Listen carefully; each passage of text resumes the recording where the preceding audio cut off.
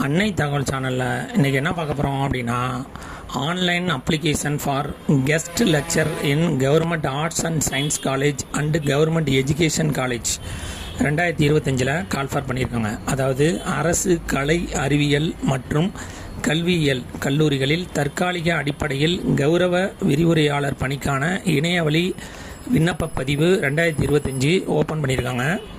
இது தற்காலிகமான பணியமர்த்தப்படும் கௌரவ விரிவுரையாளருக்கு அந்த கல்வியாண்டில் மட்டும், அதாவது 11 மாதங்களுக்கு தற்காலிகமாக பணியமர்த்தப்படுகிறார்கள் என்றும் அவர்களுக்கு மாதாந்திர தொகுப்பூதியம் 25,000 மட்டும் வழங்கப்படும் என்றும் தெரிவிக்கப்பட வேண்டும் அப்படின்னு சொல்லியிருக்காங்க.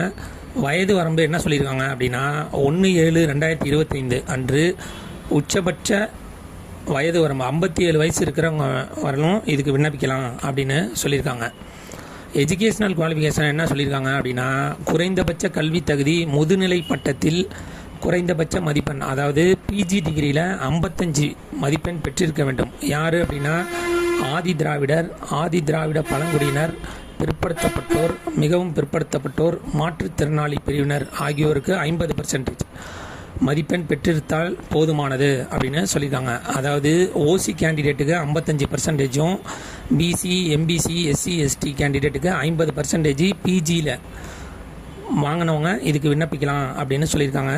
இதை தவிர பிஹெச்டி முடிச்சிருக்கணும். அப்படி இல்லை அப்படின்னா நேஷ்னல் எலிஜிபிலிட்டி டெஸ்ட்டு, நெட்டு, அப்படி இல்லைன்னா ஸ்டேட் லெவல் எலிஜிபிலிட்டி டெஸ்ட்டு, அப்படி இல்லைன்னா ஸ்டேட் எலிஜிபிலிட்டி டெஸ்ட்டு, இது மூணுத்தில் ஏதாவது ஒன்று பாஸ் ஆகிருந்தீங்க அப்படின்னா அதை வச்சு விண்ணப்பிக்கலாம் அப்படின்னு சொல்லியிருக்காங்க. ரெண்டாவது, இது ஆன்லைன் மூலியமாக விண்ணப்பிக்கிறப்ப எந்த மண்டலத்துக்கு நீங்கள் அப்ளை பண்ணுறீங்க அப்படின்னு ஒரு கேள்வி கேட்குறாங்க.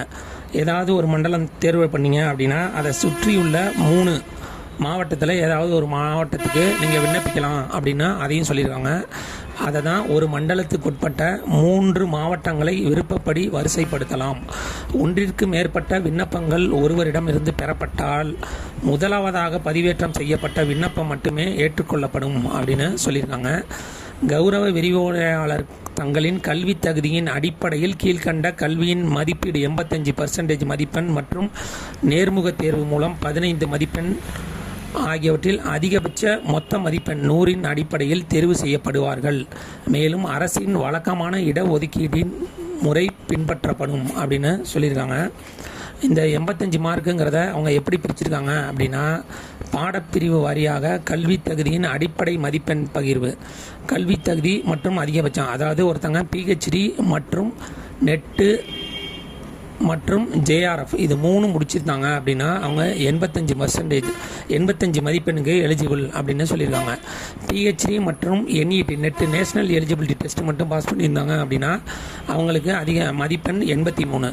பிஹெச்டி மற்றும் செட்டு அல்லது ஸ்லட்டு முடிச்சிருந்தாங்க அப்படின்னா அவங்களுக்கு மதிப்பெண் 81. பிஹெச்டி மட்டும் முடிச்சிருந்தாங்க அப்படின்னா அவங்களுக்கு 79 மதிப்பெண் கணக்கிடப்படும் அப்படின்னு சொல்லியிருக்காங்க. இதை தவிர முதுநிலை பட்டம், அதாவது பிஜி டிகிரி மற்றும் நெட்டு அண்டு ஜேஆர்எஃப் முடிச்சிருந்தாங்கன்னா 77 மார்க்.